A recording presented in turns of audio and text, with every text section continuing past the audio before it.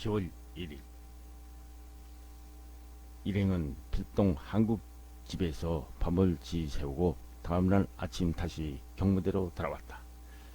멀리서는 아직도 보성이 들려오곤 했지만 참으로 청명한 날씨, 가을 날씨였다. 맑은 햇볕과 공기로 전쟁에 시달린 일행의 마음을 달래주었다. 그런데 강아지 해피가 나타났다고 소리치는 경호원의 목소리가 들려왔다. 이미 굶어 죽었거니 행방불명된 줄만 알았던 대통령의 애견 해피가 아닌가. 그러자 열어젖힌 현관으로부터 해피가 달려왔다. 해피는 곧바로 쏜살같이 이 대통령 품 안으로 뛰어들었다. 그것은 분명히 해피였다. 바짝 마르고 더러워질 대로 더러워진 해피였다. 워낙 갑작스럽던 피난길에 그를 돌보지 못했던 일이 떠올랐다. 약은 이 녀석이 그 험난했던 나날들을 어디에 숨어서 무엇을 먹고 지냈을까. 이제 돌아온 주인 옆을 다시는 떠나지 않으려고 초토록 정답게 판기는 모습이 눈시울에 뜨거워진 것은 프란체스카만이 아니었다. 이날 이승만 대통령은 서울의 민정을 살펴보러 나섰다. 일행은 태평로를 지나 남대문 쪽으로 차를 몰았다. 거리에는 시민들이 나와서 어질러진 길을 정리하고 있었다. 남대문 근처에 이르자 대통령을 본 시민들이 일제히 만세를 불렀다. 대통령은 차를 멈추게 한 후 거리에 나섰다. 삽시간에 시민들이 모여들었고 대통령과 그들은 서로 얼싸안고 울었다. 흐느끼기도 하며 어쩔 줄 몰랐다. 대통령은 갑자기 시민들에게 연설을 하고 싶어지었는지 어디 올라설 데가 없느냐고 물었다. 마침내 자동차 범퍼를 발판으로 딛고 앞에 선 경호관의 등에 몸을 의지하면서 연설을 시작했다. 앞으로 아무리 뼈아픈 고통과 슬픔이 닥치더라도 우리 모두 힘을 내고 참고 견디면 밝은 날이 올 것입니다. 이렇게 대통령은 연설을 했다. 이승만 대통령은 그동안 공산 치하에서 고생하는 시민을 위로하려고 격려했다. 이때 프란체스카는 이선영 경사가 갑자기 당황하는 모습을 보았고 황 비서관이 수류탄! 하고 외치는 소리에 대통령이 위급하다는 생각에 미리 번쩍 떠올랐다. 프란체스카는 대통령을 끌어내려 얼른 자동차에 밀어넣었다. 또 하나의 위험이 스쳐간 것이다. 아직 서울에는 공산군이 있다. 이 경사에 의하면 수류탄이 굴러 들어왔는데 다행히 불발탄이어서 다행히 위험한 사태를 면한 것이다. 프란체스카 여사는 놀란 가슴을 쓸어내리고 있는데도 대통령은 입술을 꼭 깨물고 있었다. 경무대로 돌아오니 정인권 장군으로부터 전화벨이 울렸다. 그는 오전 6시에 대통령 명에 의해서 동해안에 따라 육군이 진격을 거듭하고 있다는 것이었다. 10월 2일 워런 오스틴 유엔 미국 대사는 9월 30일 유엔 총회 정치위원회에서 38선이라는 인위적 장벽을 제거하도록 유엔에 요청을 했다. 침략군이 38선이라는 하나의 가공적인 선의 배후로 도피하는 것을 허용해서는 안됩니다. 그것은 한국 및 세계 평화에 재차 위협을 주기 때문입니다. 한국을 남북으로 갈라놓는 인위적인 장벽은 본질적으로나 실제적으로 존재할 근거가 없습니다. 이 인위적인 장벽의 존재를 인정하느냐 또는 조정하느냐는 지금의 유엔이 결정한 문제인 것입니다. 6월 27일에 안보이사에서 결의한 지령은 국제평화와 안전보장이 한국에서 완전히 회복될 때까지는 연합군의 군사행동을 허용한다는 폭로를 것이었습니다. 그는 이렇게 미국의 현실적인 입장을 재차 밝혔다. 매거더 극동군 총사령관은 북한 인민군 총사령관에게 항복을 권고하는 성명을 냈다. 그는 불언간 북한 인민군이 크게 괴멸될 것이 분명하다고 경고하면서 이대로 항복을 하지 않고 버틴다면 많은 인명과 재산이 파괴될 것이므로 무기를 당장에 버리고 항복할 것과 북한군이 억류하고 있는 유엔군 포로와 민간들을 즉시 석방하도록 할 것이며 유엔군이 요구하는 장소로 석방을 바란다며 이 한반도에 이 이상 불필요한 위협과 재산 파기가 일어나지 않게 협조하기를 바란다는 성명을 내었다. 9월 24일부터 28일까지 5일간의 인민군 손해는 사상자 및 포로까지 합해서 약 2만 명에 달한다고 신성모 국방부 장관이 이 대통령에게 보고했다. 북한 측이 맥아더 장군의 항복을 요구를 묵살해버리자 맥아더 장군은 워커 장군에게 3.8.2부로 진격 준비 명령을 내렸다고 했다. 이에 앞서 9월 30일 국회에서는 신익희 의장 사회로 지청천, 정일형, 서민호 등에 제안한 38선 돌파 작전 요청 메시지를 유엔청에 보내자고 만장일치로 가결했다.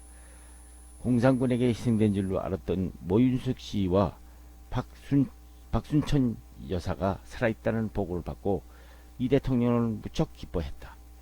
일행은 다시 부산 임시관저로 돌아왔다. 대통령 뜻에 따라서 유엔군 장병들을 위한 파티를 열어 대접하기로 했다.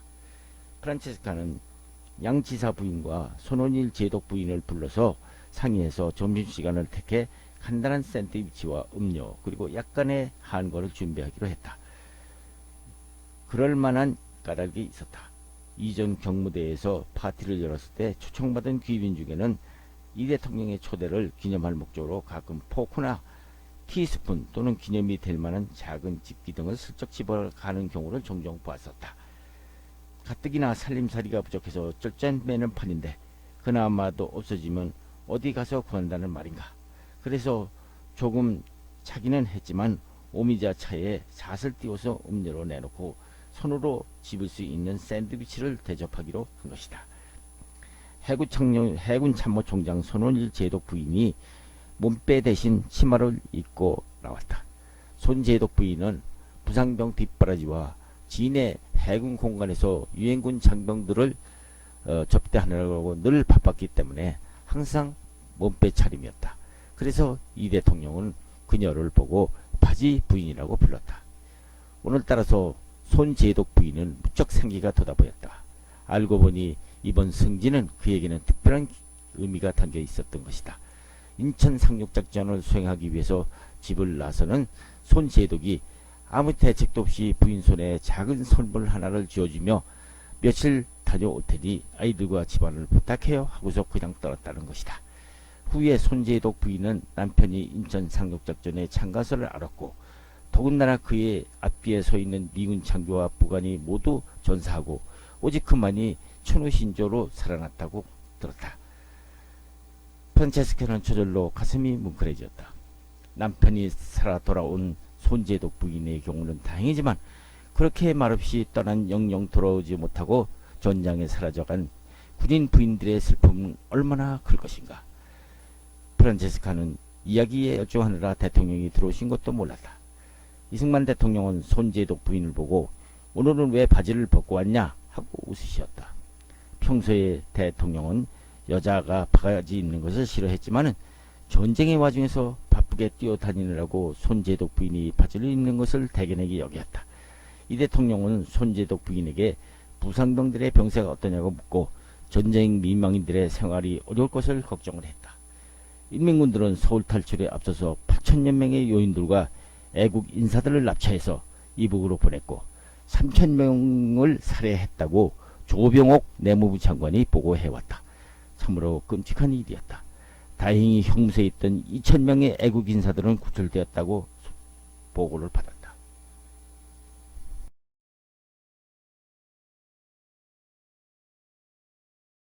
(10월 6일) 프란체스카는 사흘 동안 일기를 쓰지 못했다. 네루 인도 수상은 북한으로부터 회평 제안을 받은 일이 없다고 언명을 했다. 유엔군이 삼팔선을 돌파하려고 하면 소련이 이것을 중시할 것이라는 보도였다. 소련은 한국에 관한 모든 문제를 유엔 또는 기타 장소에서 토의하기를 희망하고 있는 것으로 알려졌다. 기타 장소라는 것은 엄밀한 의미에서 강대국 간의 한국의 장래 문제를 절충한다는 의미로 해석되는 것이다. 미군 또는 유엔군이 38선 돌파는 소련과 중공에도 중대한 결과를 초래할 것이라는 애신 보도도 있었다. 주은래는 중공은 자기 이웃나라 영토를 제국주의자들의 침략에 침략하려고 한다면 가만히 보고 있지 않을 것이라고 말했다고 한다. 메가더 사령부는 공산군과 그들의 전쟁시설을 조기 완전 정복 파괴하는 것은 이제 시간 문제다 라고 방송을 통해서 응수했다. 임명직 외무장관은 이일 유엔 정치위원회에서 38선은 이미 존재하지 않는다고 언명했다. 임명직 외무장관은 38선은 이제 없어진 것이며 북한 땅은 한국 정부의 통치하에 들어가게 되는 것이라고 연설하였다.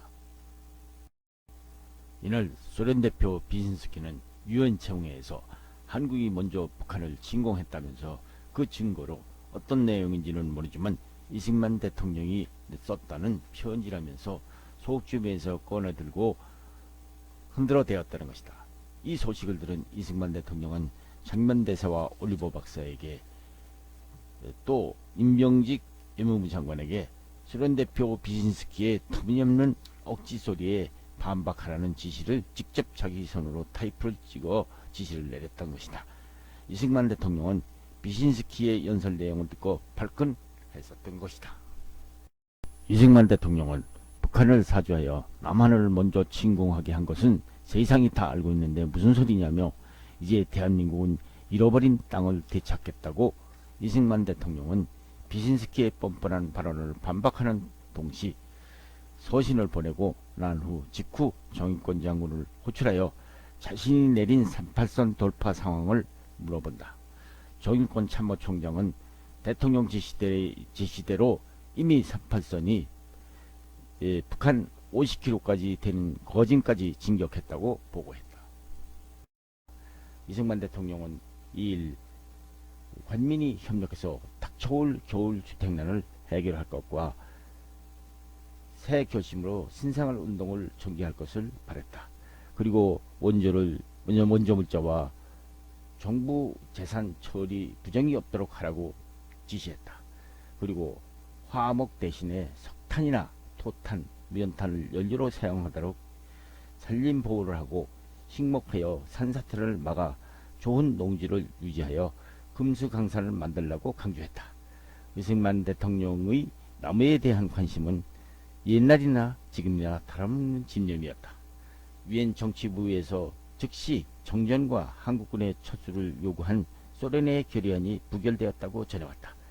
전쟁을 쟤들이 일으켜놓고 전세가 불리해지니까 정전해서 북한에게 제 기회를 주자는 소련의 계산이었던 것이다.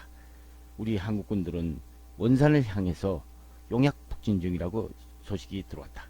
원산은 아름다운 명사심리와 해당화가 유명하다고 대통령이 프란체스에게 항상 얘기해 준 적이 있었다.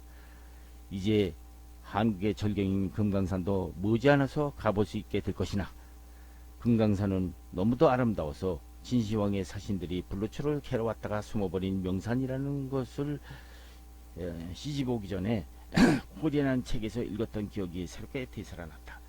사실 금강산은 프란체스카와 대통령을 맺어지게 하는 결정적인 다리가 됐다. 프란체스카가 대통령을 처음 만난 것은 1933년 2월 지네바의 한 호텔 식당에서였다. 어머니와 함께 이던 프란체스카는 웨이트의 요청으로 어느 동양 신사와 합석을 하게 되었다. 시선이 마주쳐다 어느 나라에서 오셨나요? 하고 물었다. 신사는 코리아에서 왔다고 대답한다. 그 순간 내 프란체스카 머릿속으로 일주일 전 독서클럽에서 보았던 코리아라는 책의 한 구절 금강산과 양반이 떠올랐다. 코리아엔 아름다운 금강산이 있고 양반들이 산다지요? 하는 프란체스카 말에 신사는 깜짝 놀라며 반가워했다. 후에 이승만 대통령은 프란체스카가 금강산과 양반을 알고 있다는 사실에 큰 감명을 받았다고 털어놓기도 했었다. 계속 북진하고 있는 한국군들은 사기중천에서 동해안 쪽에서 우렁찬 노래를 부르며 북진 중이라고 신성모 국방부 장관이 보고해왔다. 인민군들의 저항은 별로 없었다고 했다. 한국군 2개 사단이 주력이 38선 북방으로 북진 중이고 수도사단은 양양에서부터 진로를 서북으로 바꿔 산악지대를 전진 중이라고 보고해왔다.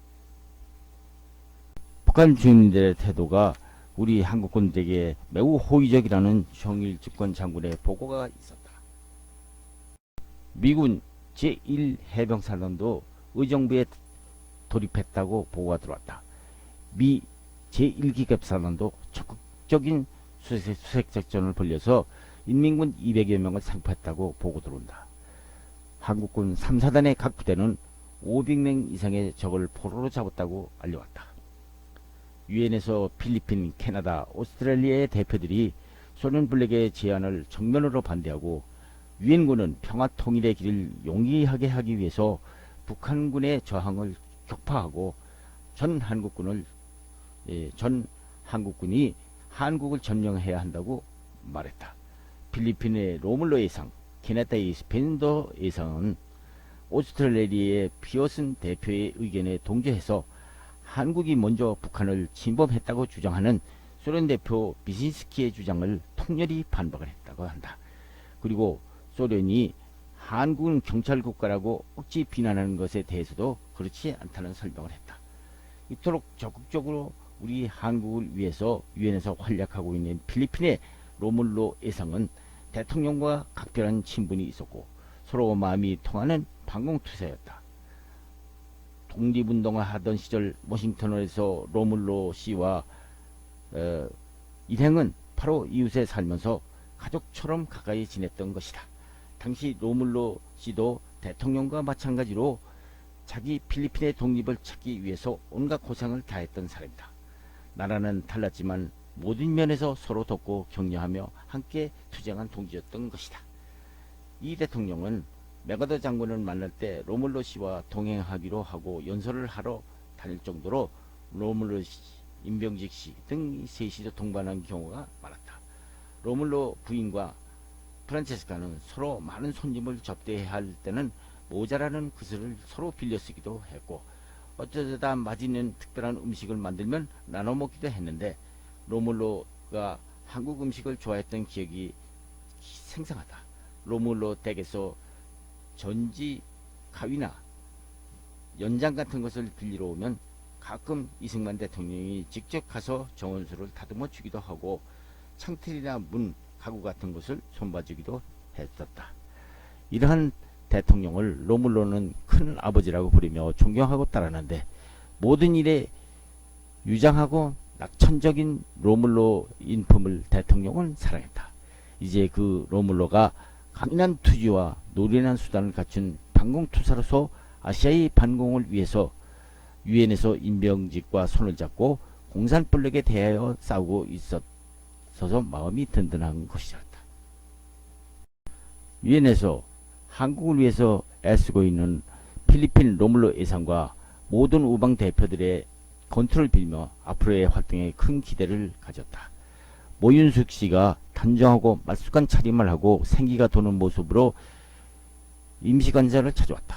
전쟁 중에 잃어버린 옛딸 경선이를 찾았다고 이 대통령에게 감사드리러 온 것이다. 지난번 경무대에서 지저분한 차림으로 대통령을 찾아뵙고 자기를 버려두고 후퇴했다고 원망하며 딸을 찾아내라고 떼썼던 일을 사과하러 왔다고 했다. 딸을 찾았다는 말을 듣고 퍽은 반갑고 기뻤다. 지난번 서울 환도식이 끝난 다음 경무대로 찾아온 모윤숙 씨가 대통령에게 원망 섞인 말을 했을 때 이승만 대통령은 그래 내가 죄가 많아 딸은 꼭 찾아줄게 윤숙이의 건강부터 우선 회복해야겠어 하고 위로했던 것이 생각났다. 그 말을 들은 프란체스카는 속으로 전쟁 중에 잃어버린 딸을 정말 찾을 수 있을까 하는 걱정이 태산 같았는데 이제 딸을 찾았다니 참으로 다행이었다. 어떻든 모윤숙 씨는 잃어버린 딸을 찾았으니 기쁘겠지만 전쟁 중에 가족을 잃어버린 채 수많은 사람들이 고통을 받고 있을 것을 생각하니 가슴이 아팠다. 이승만 대통령은 모윤숙 씨에게 내가 죄가 많아 하고 말했지만 정말 죄를 지은 자는 공산 침략자들이었다. 프란체스카는 양민을 학살하는 그들이야말로 벌을 받아 마땅하다고 마음속으로 생각하고 있었다. 대통령의 전란 수습을 위한 원조 요청과 메가더 원수의 주선으로 한국의 전제민을 위해서 4천만 달러에 달하는 의료품과 식료품, 천막들이 이미 한국 땅에 들어왔다고 경제협조처 앤더슨 소장이 알려주었다.